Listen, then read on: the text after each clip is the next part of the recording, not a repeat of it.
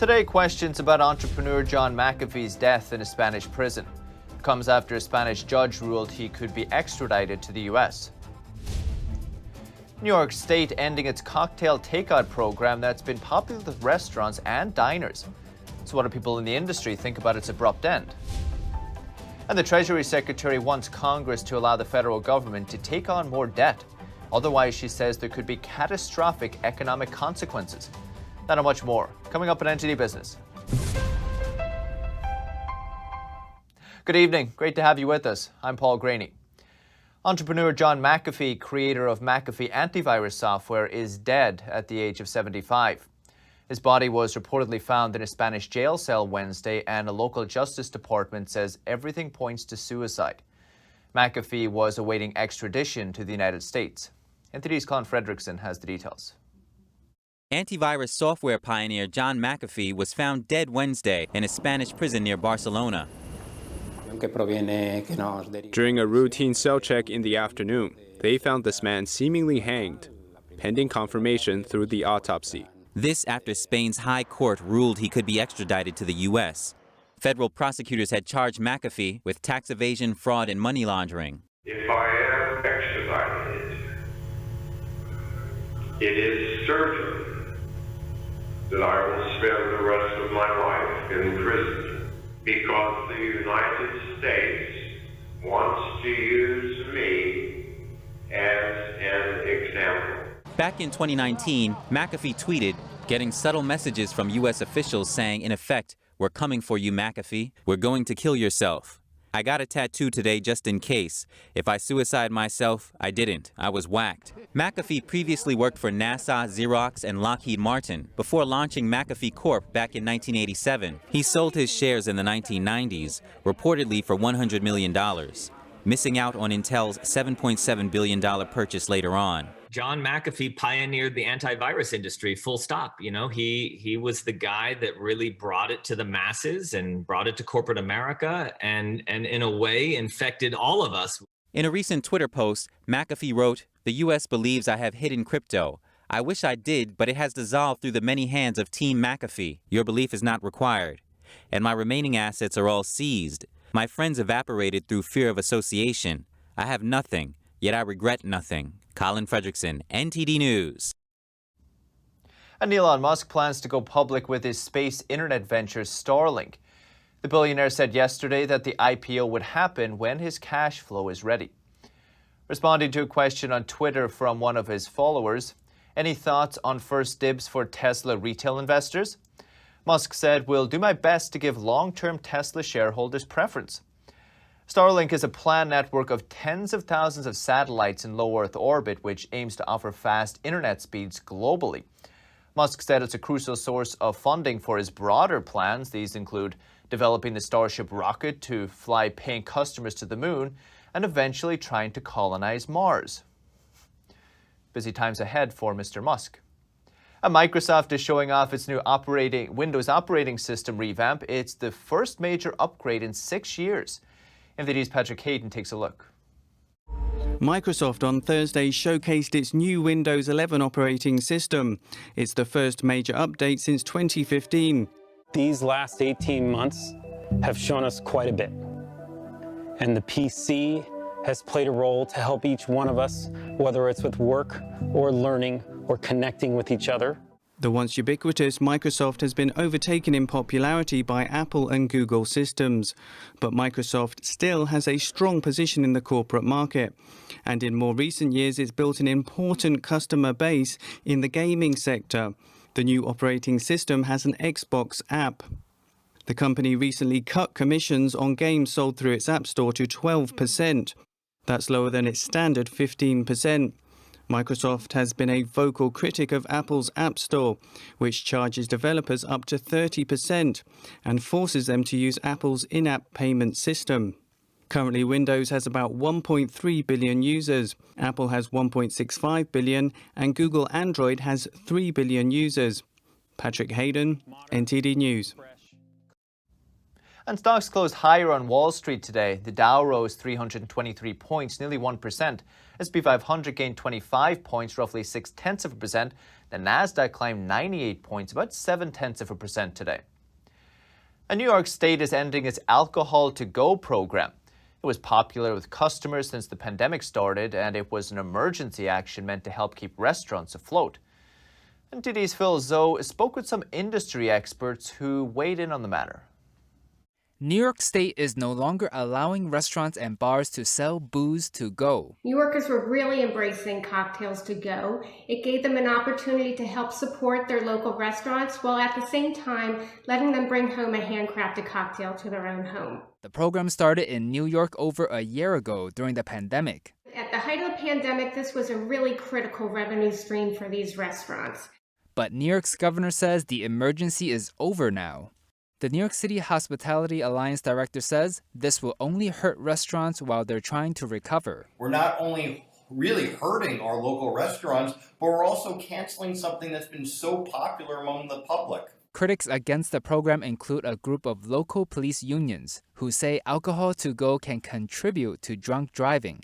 But some say that's not the case. There is no difference between walking into a liquor shop or a wine shop or a grocery store and walking out and opening a beer or a bottle of wine. But once again, it comes down to the person at hand who should be accountable for their actions at the end of the day.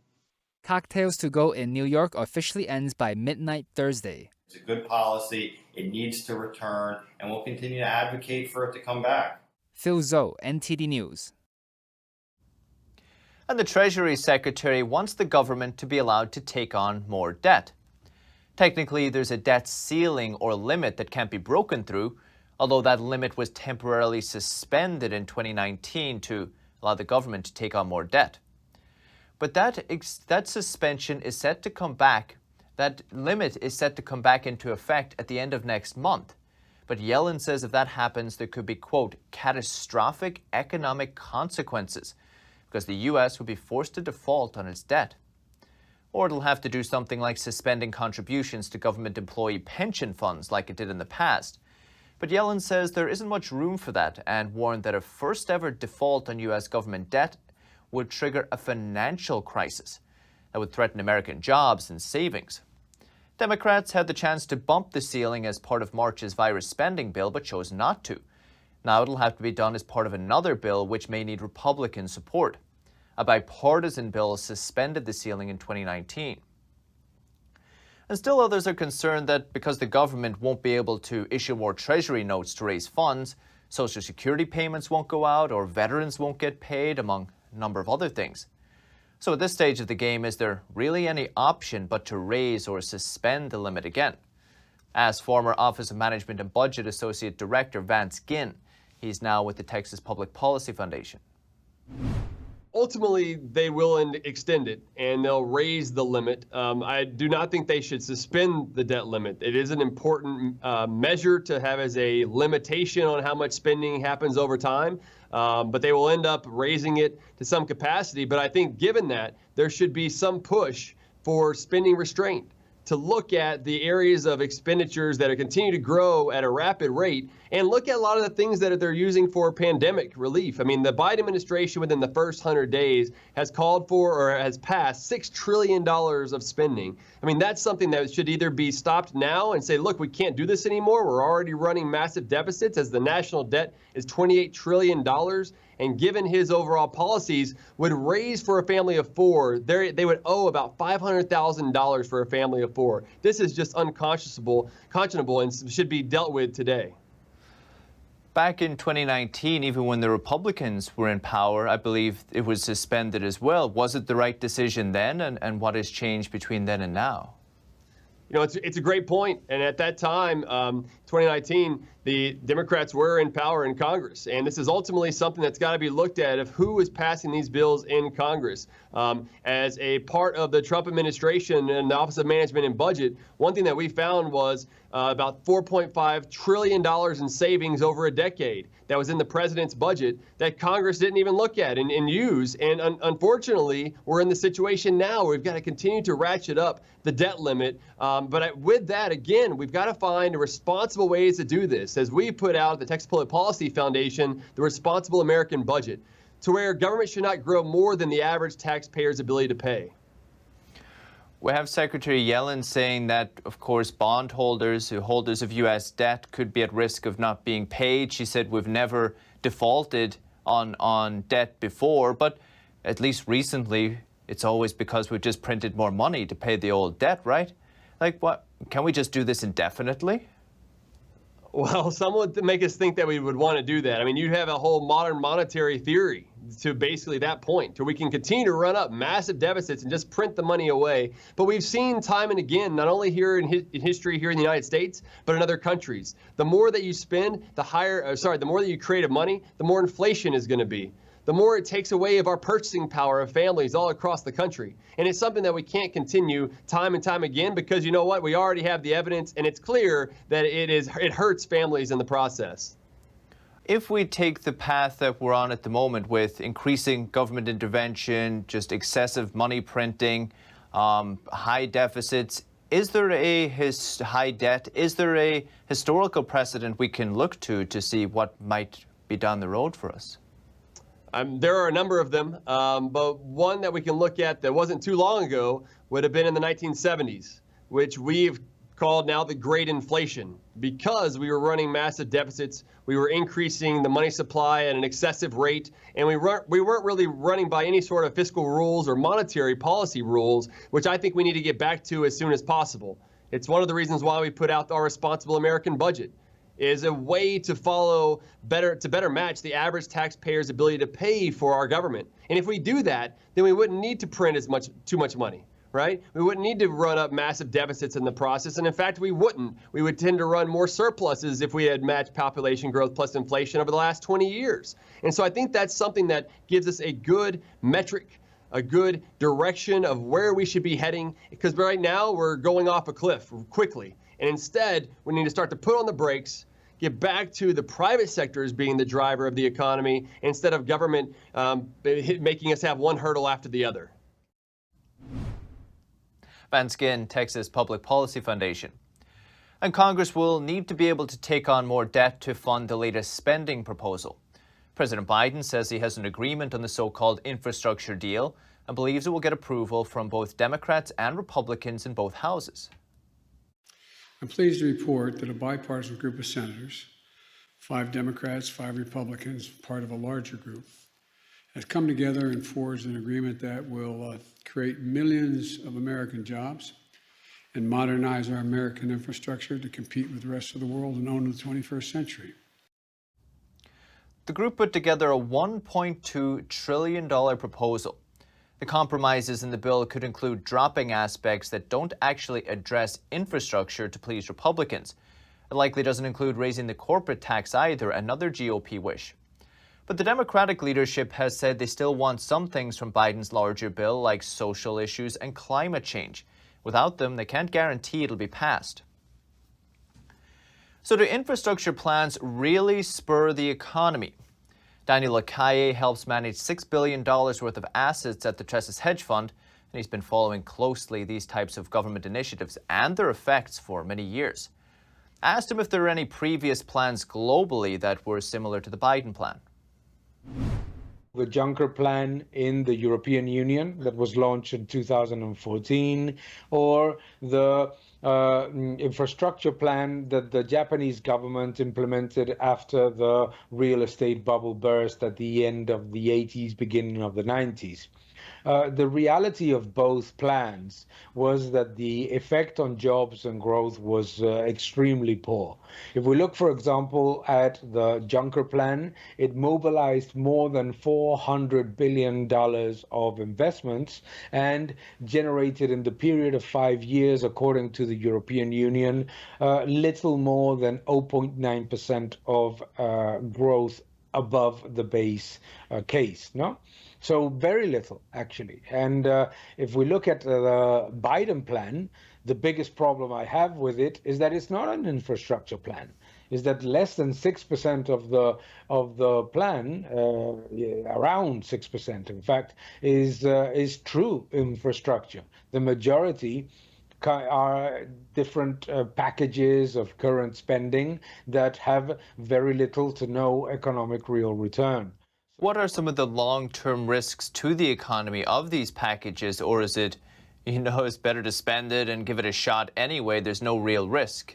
Yeah, that is a good point, because many people say, well, maybe it's malinvestment, but who cares? Something has been built.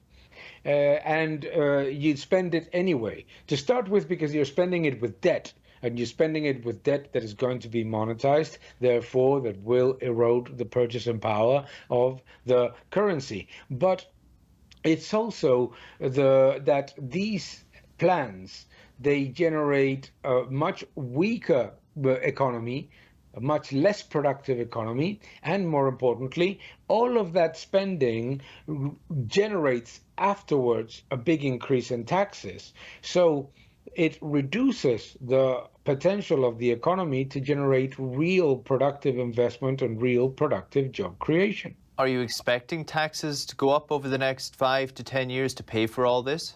No, I'm expecting taxes to go up in the next 5 years and not pay for any of this. That's my problem. That is the problem. The problem is that the message that we get from the government inclined media is that taxes have to be increased in order to pay for the stimulus, but they don't pay the stimulus. Even in the best case scenario of revenue generation that we see in some of the estimates, absolutely science fiction estimates of tax revenue collection, the deficit is going to balloon anyhow. Daniel Lakaye Treses. And millions of households at risk of eviction can breathe a sigh of relief, at least for now. The Biden administration is extending the eviction ban for another month. It was scheduled to expire by the end of this month, and supporters say the renters need it as they struggle to pay their rent during the pandemic. Opponents say the mandate is unconstitutional and is putting undue pressure on landlords of property owners.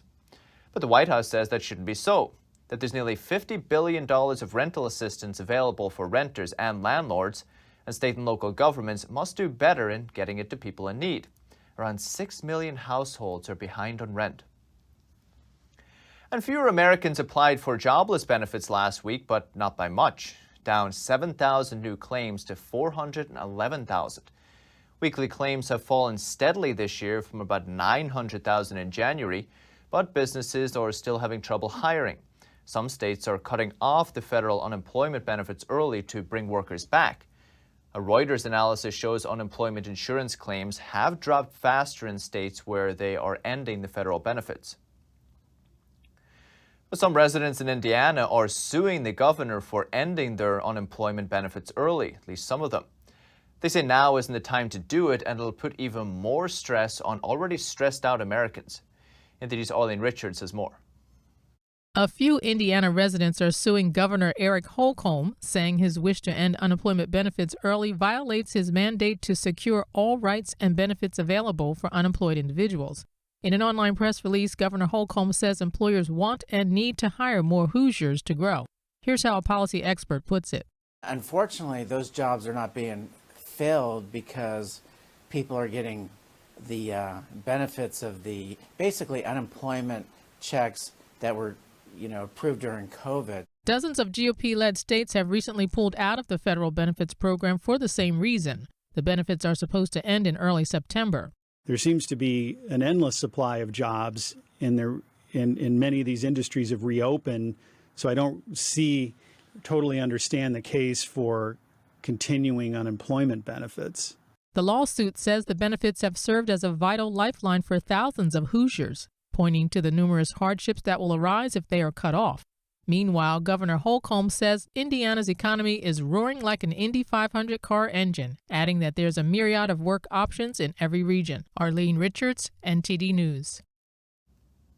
And the government is banning imports of some Chinese solar panel materials over forced labor allegations. NTD's Patrick Hayden has the details. The Biden administration on Wednesday banned imports from a Chinese solar panel company. Hoshine Silicon Industry has been blocked over its alleged links to forced labor. CBP personnel at all U.S. ports of entry will detain shipments contain silica-based products made wholly or in part by Hoshine. Hoshine operates in China's Xinjiang Uyghur Autonomous Region. DHS is deeply concerned by credible and growing reports of China's state-sponsored use of forced labor and other human rights violations in the Xinjiang region. Separately, the U.S. Commerce Department is restricting U.S. exports to the company and 3 others. It's also banned exports to Xinjiang Production Construction Corps, or XPCC. XPC is a state-owned paramilitary organization that runs farms and businesses, including industrial parks where silicon is processed. The Commerce Department said the 5 companies are involved in the forced labor of Uyghurs and other Muslim minority groups. China's foreign ministry dismissed the accusations of genocide and forced labor in Xinjiang as rumors with ulterior motives. A CBN source close to the matter said the ban won't impact the majority of silicon-based products coming into the U.S. Patrick Hayden, NTD News. One of Hong Kong's last pro-democracy newspapers, Apple Daily, printed its last edition today. It comes after intense pressure from Hong Kong authorities. Hong Kongers are lining up in the rain on Thursday to buy the final issue of Apple Daily. The pro-democracy newspaper is being forced to close. Hong Kong authorities froze its assets and arrested top editors under the city's Beijing-imposed national security law. Hundreds of supporters gathered outside the newsroom on Wednesday night, holding up their smartphones in lieu of lighters to show support.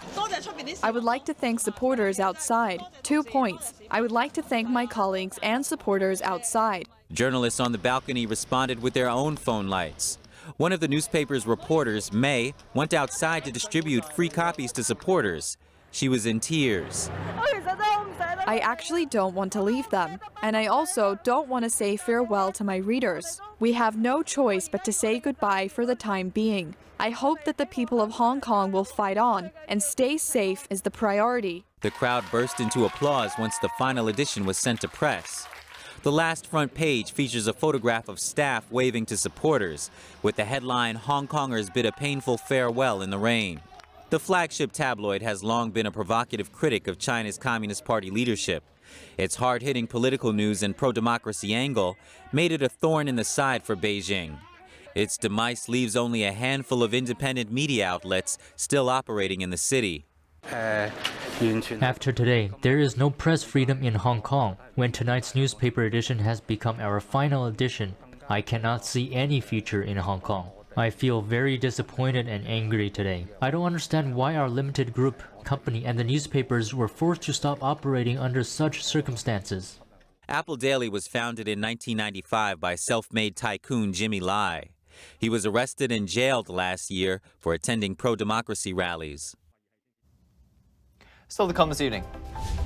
Record sales for Amazon's Prime Day event, but how many items were sold and what do people buy? And a German aircraft company successfully testing its flying taxi in France. They'll be providing air taxi services to Paris just in time for the 2024 Olympic Games. More on that after the short break.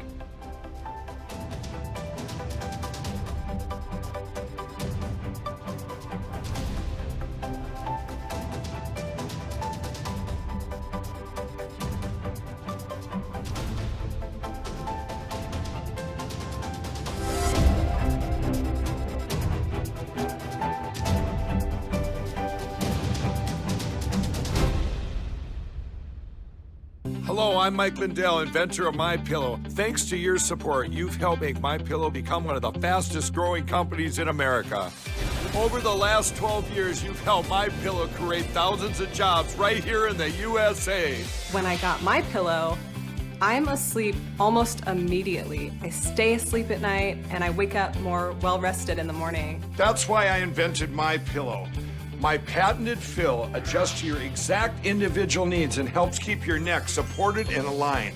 I'm interrupting this commercial right now. Retailers have canceled MyPillow, and to thank you for your support, I'm going to pass the savings directly on to you. Go to MyPillow.com right now to get deep discounts on all MyPillow products. For example, you can get my premium MyPillows, regularly $69.98, now just $29.98, the lowest price ever. For the best night's sleep in the whole wide world, visit With Shepherd Lock, you can unlock your door by touching the deadbolt. Shepherd also boosts your home's security by proactively freezing in place if anyone ever tries to tamper with your lock or break down your door. We also make it easy to manage keys without hiding them under the mat. Easily create temporary keys for house guests, neighbors, or anyone else. Installation takes less than 5 minutes. Visit shepherdlock.com to buy your Shepherd Lock today, and for a limited time, enjoy 10% off. Get ready, world, for a whole new way to invest.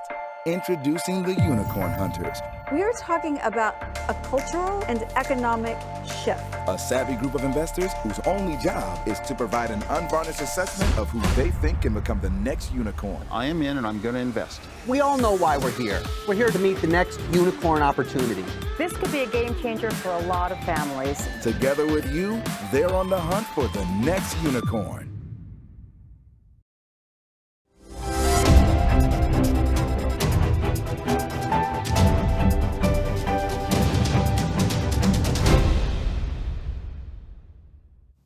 Welcome back. Sales on Amazon Prime Day shattered records this year.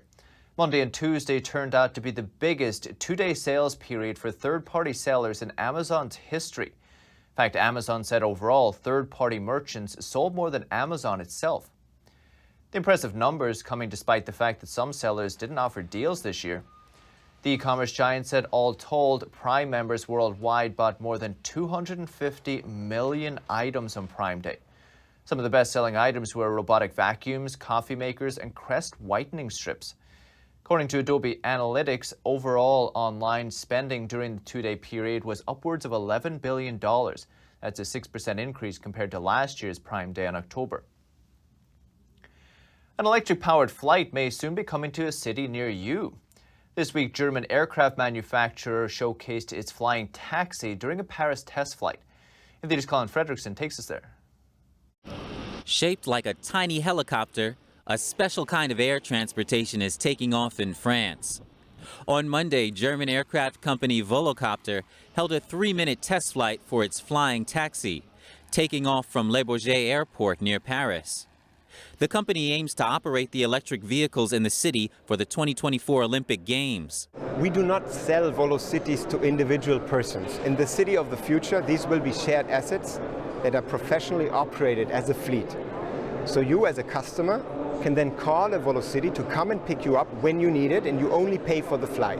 The air taxi cruises at speeds up to 18 miles per hour, reaching altitudes of around 100 feet along the airfield. The vehicle also comes with a luggage compartment and has a 2-person capacity on board. Volocopter's CEO says as volumes increase, they'll be able to offer these flights for the same cost as a standard taxi ride. While at first they'll operate with help from pilots, the company's flying taxi service is expected to go fully automated in the future. With respect to regulation, initially we will have a fully certified, fully licensed helicopter pilot, just to fit into existing regulation. But we believe over time it can be much simpler to obtain such an operating license for a Volocopter. And of course, in the last instance, we want to take a pilot requirement out, and we want these vehicles to fly fully automated. Volocopter sees potential for a huge urban mobility market. The company estimates that by 2035, its air taxis will serve a market with around $300 billion in opportunity. As the latest business updates for today, you can still catch NTD Evening News with Stephanie Cox at 6:30 p.m. Eastern. For NTD Business, that's all for today. Thank you for watching, and we'll see you tomorrow.